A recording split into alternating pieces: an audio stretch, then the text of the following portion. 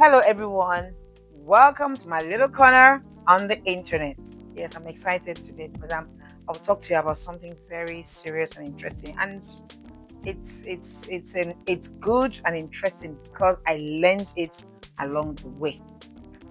And it's basically about how to manage pressure in the workplace.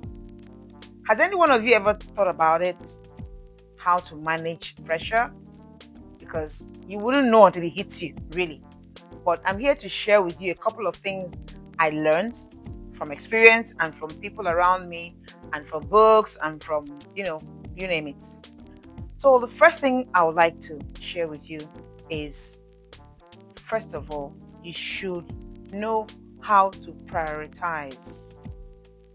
Prioritization is very key. When I say prioritize, I mean knowing what to do first. So I'll give myself as an example. I'm an employer of labor. So, and you're an employee, and you're in the office. There are things that are lined up for you to do. When you want to prioritize what you need to do, so you don't feel pressured, you have to look at what are the first things that need deliverables that your boss needs to be done. Because there are other things you can do.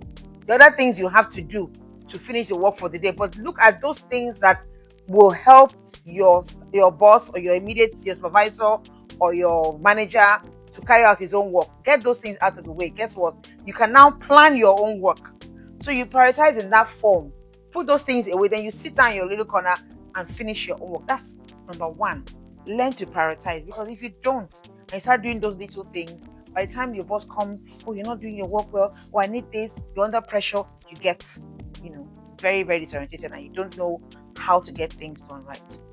Then you need to pause before reacting to anything, whether from your direct boss, from your subordinates, from your colleagues. When something happens in a workplace, don't be quick to respond or quick to react. Pause first. What that pause time does for you, it allows you to think about what you're going to do. But a lot of times, some of us react and later regret what we have done. And we tell ourselves, oh, I should have done this. But if you pause, I promise you, what the right thing or the proper thing you should do at that point in time will come to you. When you are quick, because a lot of us, when somebody is talking to us, we're waiting for them to finish so we can quickly do what's in our mind. Don't be in a hurry to react. It doesn't change who you are, change your name, but make you look smaller. It just makes you look smarter at the end of the day. So you don't make mistakes that could have been avoided. Another thing is to always practice clear communication. And people like me, I talk fast. And sometimes people don't hear what I say. I had to learn it. If I want somebody to understand me, I need to take my words one by one. Communicate what you want to tell somebody, either verbally, on the phone, or even by mail. And one thing I learned also while I work was, I made it a habit, even if I don't have somebody else around me. If I'm sending an email to someone in the workplace or an official mail, after typing, I go back and I read it like 2 times. And I always find 1 or 2 omissions or 1 or 2 errors. Read and reread. Clear communication. So the person on the other end receives what you are trying to say. Because sometimes the lack of proper communication is what causes problem in the workplace. And then you're trying to now correct what is already damaged. So always practice clear communication. Talk to people very, slowly and gently, especially in a workplace. Another thing is you should wait to understand what somebody is trying to tell you before you respond. Very key. Those are communications.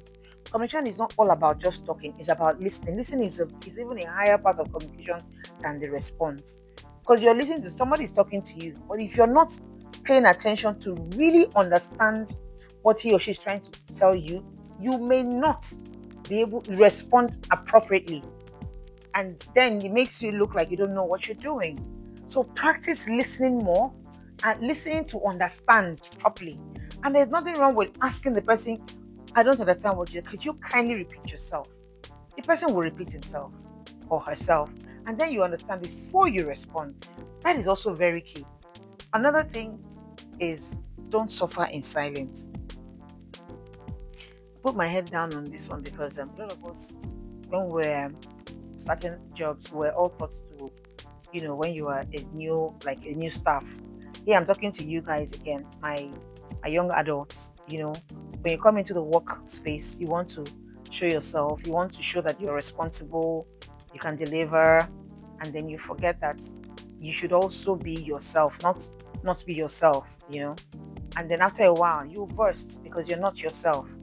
So you shouldn't suffer in silence. If something is going wrong or something that is being done to you and you don't like it, find a way to report it to the right authority. If you feel that you're not being well treated, maybe your colleague has a godfather or somebody, and you're both doing the same work, and he or she is earning more than you or getting some perk and you're not getting it, you can communicate that maybe to the HR in a nice way, in a way that you will not affect the other person.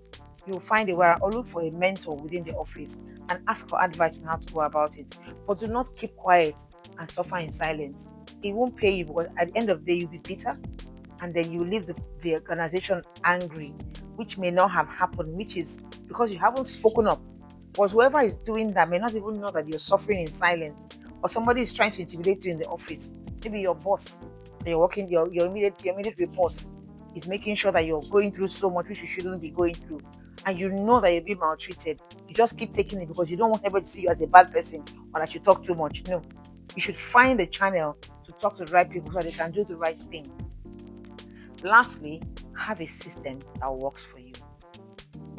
If you know you're a slow person, so I always use examples. What works for you? How do you meet up with your daily activities in the office and still get to close up work early and go home?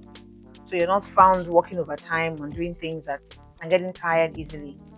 What system works for you? Is it waking up early to get to the office before every other person so you can start putting some things in place? Is it putting in an extra hour during your lunchtime? Is it making sure that when others are talking and having that break time, you have? So what is that thing that works for you? You don't have to do what every other person is doing. But your target should be that at every point in time, at every day of your life in that company, you are delivering what you're supposed to deliver. Because guess what? Everybody's goal cannot be the same. You have a goal while you're working in that place, and you want to achieve that goal. If the other person doesn't have the same goal, you will try to follow that person, you will go the wrong direction and you miss your own goal. So what is your goal? Set that goal in front of you and then plan yourself. Look for a system that you can do that works for you in that your work environment. All these points is to avoid unnecessary pressure. You don't need that pressure at work, because most of us go to work, we're pressured at work. You come home where you should be relaxed and love your family and happy with them. You're carrying on pressure, and you come and you let go at home and causes another form of pressure in the house. I've shared what I do or what I have learned along my years of experience, in different ways with you. Tell me in the comment section, have you tried any of these things before? Do you want to try them? Do you think it will work for you based on where you are right now? Let me know in the comment section what you think.